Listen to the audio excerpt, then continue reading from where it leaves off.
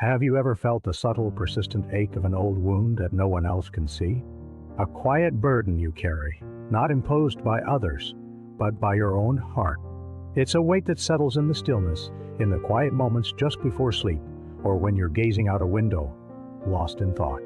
A mistake, a regret, a word left unsaid or said too harshly, a path not taken, a moment of weakness or a failure to live up to the person you wanted to be. We often speak of forgiving others, but what about the forgiveness we deny ourselves, sometimes for a lifetime? This invisible struggle, this internal resistance, is a profound way most of us fail at the quiet art of self-forgiveness. We become masters of holding ourselves accountable, not in a healthy, forward-moving way, but in a relentless, punishing cycle. We replay those old scenes in our minds, adjusting the script, wishing we could rewrite the past, convinced that if only we had acted differently, chosen another path, or been a stronger person, things would be profoundly different now. This internal monologue, this constant self-critique, isn't about growth. It's about a deeply ingrained belief that we somehow deserve this quiet suffering, that by denying ourselves peace, we are atoning for what we perceive as our sins. We clutch onto our past errors like a familiar cloak, even as it chafes and weighs us down, because releasing it feels like abandoning responsibility. Imagine carrying a heavy, unseen stone in your pocket every single day. You know it's there, a constant reminder of something you did or didn't do, a decision you regret. It doesn't stop you from moving, from living your life, but it certainly makes every step heavier. It subtly influences your choices, your relationships, even the way you see yourself in the mirror. You might find yourself shying away from opportunities, feeling unworthy of joy or success, simply because that internal judge, fueled by unforgiven past actions, whispers that you don't quite deserve it. This self-imposed exile from grace isn't a badge of honor. It's a quiet form of self-sabotage, draining your spirit drop by precious drop. We fail at self-forgiveness because we mistake it for complacency, for letting ourselves off the hook, when in truth, it's the only way to truly free ourselves to learn and grow. Why do we do this? Perhaps we've been taught, subtly or overtly, that true remorse means prolonged suffering. We might confuse self-forgiveness with forgetting, with ignoring the consequences of our actions.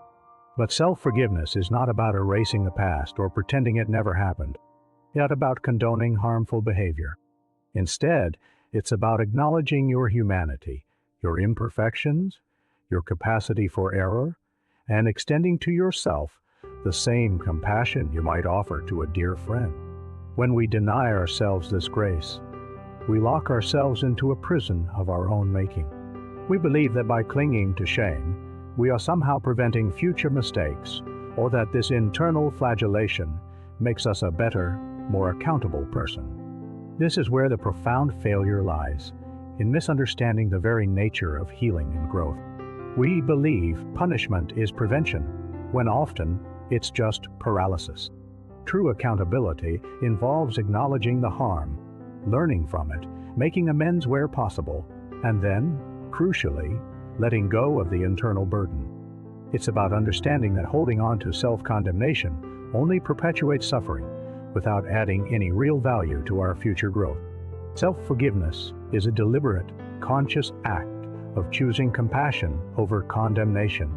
It's a quiet whisper of understanding that you are a complex being, capable of both light and shadow, and that your past does not define your immutable worth.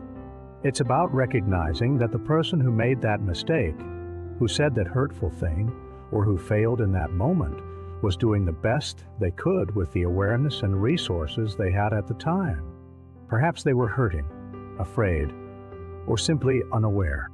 The path to self-forgiveness begins with a gentle acknowledgement, a quiet turning towards the wound rather than away from it. It's like gently tending to a bruised part of yourself, rather than continually poking it. It involves listening to that inner judge, not to agree with its accusations, but to understand its fears. What is it afraid will happen if you let go? That you'll become reckless?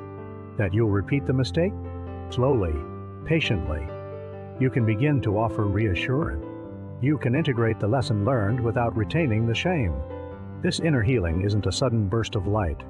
It's a slow dawn, a gradual softening. It's an understanding that you are worthy of kindness, even from yourself, even when you have stumbled. This journey culminates in a quiet acceptance, a profound internal shift where the heavy stone in your pocket finally dissolves or is gently placed down. You don't forget it was there, but its weight no longer defines your walk. This acceptance isn't resignation. It's a liberated understanding. It's recognizing that every experience, every misstep, every moment of perceived failure has contributed to the tapestry of who you are right now.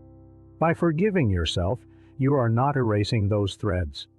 You are simply allowing the entire tapestry to breathe, to be seen in its full complexity, without judgment.